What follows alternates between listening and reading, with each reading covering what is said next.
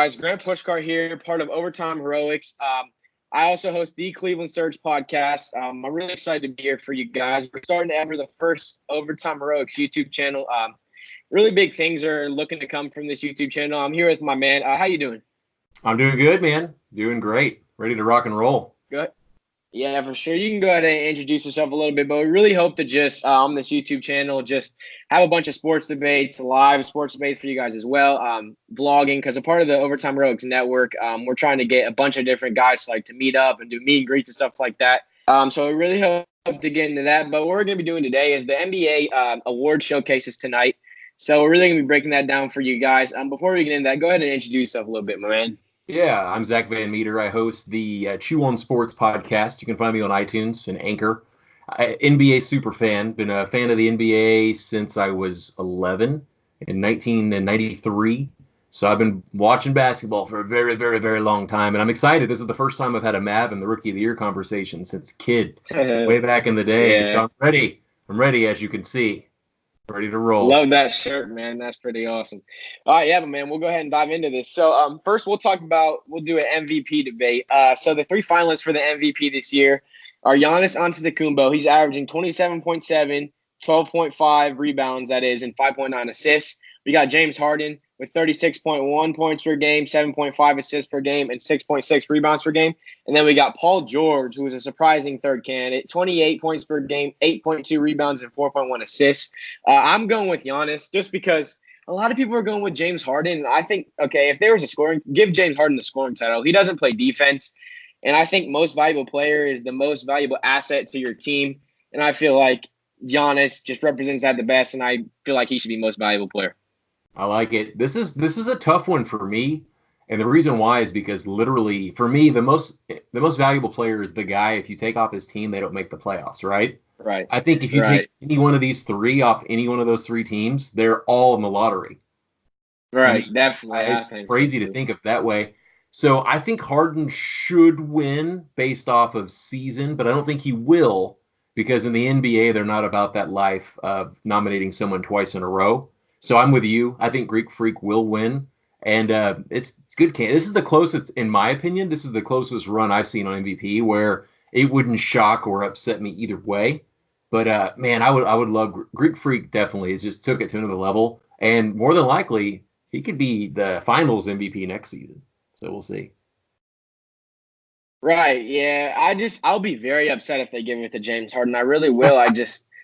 He can score. I know we get that, but I really hope Giannis gets it. I like him as a kid too, so I really hope he does get it. Moving on to the Rookie of the Year. This is you're going to be your favorite one. Oh yeah. The three finalists for the Rookie of the Year are Luka Doncic, 21.2 points per game, 7.8 rebounds, and 6 assists. And then we got Trae Young and DeAndre Ayton. And Trae Young was at 19.1 points per game, 8 assists, and 3 rebounds. And DeAndre Ayton was at 16.3 points, 10 rebounds, and 1 assist. So I'm going with Luka Doncic as well. I'm going to go with, I know it's going to be your pick. Just watching him, man, he was so elite. He took over games, and you don't really see that as a rookie. You don't see guys taking over games like he did as a rookie. He just has that killer instinct in him. Trae Young, yeah, he came out and said he thinks he's the best rookie, but I don't like that attitude. Luka Doncic really just flat out showed in his play that he's the Rookie of the Year, in my opinion. Well, there's two things too. Is you could make for all the Trae Young truthers out there, and I respect Trae Young's game, but you had a team that got better as the year went on and kind of gelled, and he really came into his own. And man, after the All-Star break, was he special. Luka, his team did exactly the opposite. Dallas traded away everyone, and it was Right. basically him. Porzingis is injured and a bunch of new faces, and he is third all time for rookies on triple doubles after last season. So yeah, he's 100% the Rookie of the Year, deservingly so, and I'm pumped for it. I'm ready. Yeah, it's going to be awesome. I can't wait for them to announce it tonight for you as well, because that's going to be pretty cool. Yes, sir. Moving on for the Defensive Player of the Year, we got Giannis again, Paul George, and Rudy Gobert. I don't have the defensive stats down for them right now, but for me, I'm just going Giannis. He's a guy who can guard all 5 positions on the court. He's athletic. He has speed. He can guard a guard if he needs to, and he has the length and size and the wingspan that he can guard a center if he needs to. Rudy Gobert can't do that, I believe, because he's a center, and I don't think he can keep up with a guy like Curry. And I'm not saying Giannis can do that with ease, but I just think Giannis is the defensive player of the year because of that. For that, just straight facts that he can cover every position on the court without a problem. So I'm going Giannis. I'm going to go with my man PG. I think he's the dark horse, and I think it's going to come out of nowhere, and he's going to take it. I do. I love this season Paul George had this year, man. It was awesome. Yeah. It's unfortunate he had the shoulder issue in the playoffs because the Thunder might have actually had a little bit of a better chance. The shot wasn't there, man. Yeah. So I'm going Giannis. You're going Paul George on that one. So that's the first one we've disagreed so far. But I can see Paul George. I mean, I love the guy. That shoulder injury really bugged me. I just hate injuries in sports, man. I wish they didn't exist. We're going to move on to Sixth Man of the Year. I love this one every year. This is probably my favorite. Our three finalists for this one are Lou Williams. He averaged 20 points per game, 5.4 assists, and 3 rebounds. Domantas Sabonis was another guy, 14 points, 9 rebounds, and 2 assists per game. He was really a sleeper all year long, and really a surprise player. And then the other finalist was Montrezl Harrell from the Clippers as well. 16.6 points per game, 6.5 rebounds, and 1.3 blocks per game. But for me, this is easy kind of. I'm going Lou Williams on this. The way he played this year was incredible. 20 points per game, like we said. I mean, even in the playoffs, they took 2 games on the Warriors. That's hard to do, and especially with the team as young as the Clippers are, he really led them as the second unit and really was able to take over games when they needed to the most. So I'm going Lou Williams as my Sixth Man of the Year. All right, we disagree for the second time. I'm going to go with Harrell. I'm going to go with Harrell. What's funny is I had a Harrell and Sabonis on my fantasy basketball team this year, and both just balled out. They were so huge, late-round picks for me. And I'm torn between both. So maybe I'm picking homer-wise because they helped get me to the championship in fantasy basketball. But Montrezl Harrell he's something special. And he's going to be a vital piece to the Clippers' success, just like Lou. So that's my pick. Yeah, I can see that, but I just really think, I mean, the way Lou played, he just took over those games, and like I said, taking those 2 games from the Warriors is something special. And I get Domantas Harrell was also part of that because he was on the Clippers as well. Oh yeah. But yeah, I just love the way he played this year. And then most improved player.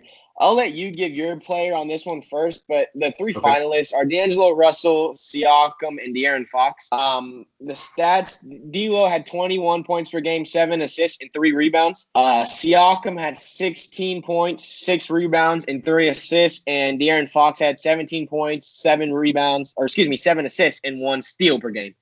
So go ahead, you can give your opinion on that one first. Well, if we were voting today, they stopped the voting the last day of the season, so that takes out Siakam for me. I think that with the playoff run that he had, he would be the most improved, but obviously they voted before then. God, I got to go D'Angelo Russell, man. He got his team into the playoffs. He was one of the big reasons why. I like De'Aaron Fox's game a lot, but his team did not make the playoffs, so I give the edge to Russell, man. The ice in the veins. Yeah, you gotta love that, man. The ice in the veins. I'm going with D'Angelo Russell as well. The stats are there, but like you said, he took his team to the playoffs, and even when Karis LeVert went out, he still was able to put that team on his back and keep them in playoff position. And I know the East is weak. It's been weak, but D'Lo he's a different type of player. Siakam really surprised a lot of guys this year. I'm glad he was able to get a ring. He seems like a good guy as well. He had that one game 1 in the finals, I believe. Correct me if I'm wrong. Didn't he take over game 1 in the finals? Yeah, he had 38 points. He's like Tatum. Right. It's like Tatum. If you voted for Rookie of the Year after the season, Tatum would have made a case for being Rookie of the Year last year, right? So Same thing with most improved and him. It's just they vote during the season, my man. So I mean, for sure, and good for him. He's awesome. Yeah, definitely. But yeah, I'm going with D'Angelo Russell on you on that one as well. And then the last award this year, Coach of the Year. The 3 finalists are Mike Budenholzer from the Bucks, Mike Malone from the Nuggets, and Doc Rivers from the Clippers. For me, this is a tough one. I want to go with Mike Malone from the Nuggets.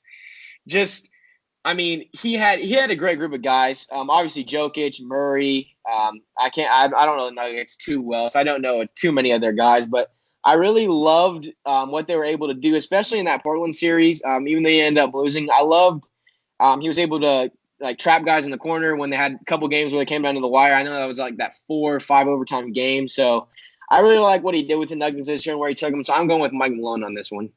That's tough, man. I'm with you. This is so hard because all three guys deserve it. For me, Denver, for instance, they made a deep playoff run. They were the number 2 team in the West. And who's their second best player? Is it Jamal Murray? I think so. But Yeah. you got Gary Harris. That team is just so good, and they're only going to get better with the drafts they've had. Michael Porter didn't even play a snap last year. But for me, I'm giving it to Doc.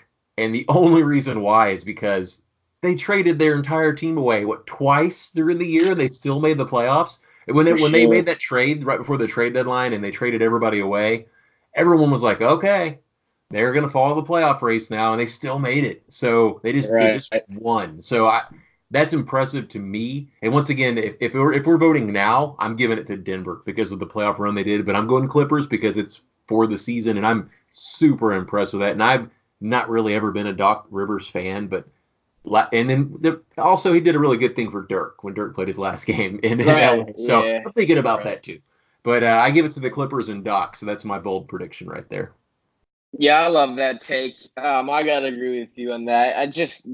What he did when they traded their whole team away, how he still kept them. Like I said earlier in this first ever episode, all those guys are so young on the Clippers, and for him to be able to coach them up and take them to eventually winning 2 games in the series against the Warriors is something special.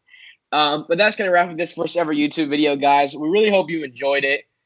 We really hope to do more of these as well. We're going to, like I said, we tried to go live tonight, Zach and I, but we couldn't because there's YouTube has like a 24-hour limit once you put in your code. And I put in that code tonight, not knowing that. So we're going to start going live as much as we can for you guys. And we're also going to try to vlog like if we meet up and stuff like that as well. And we're going to go live for free agency on Sunday.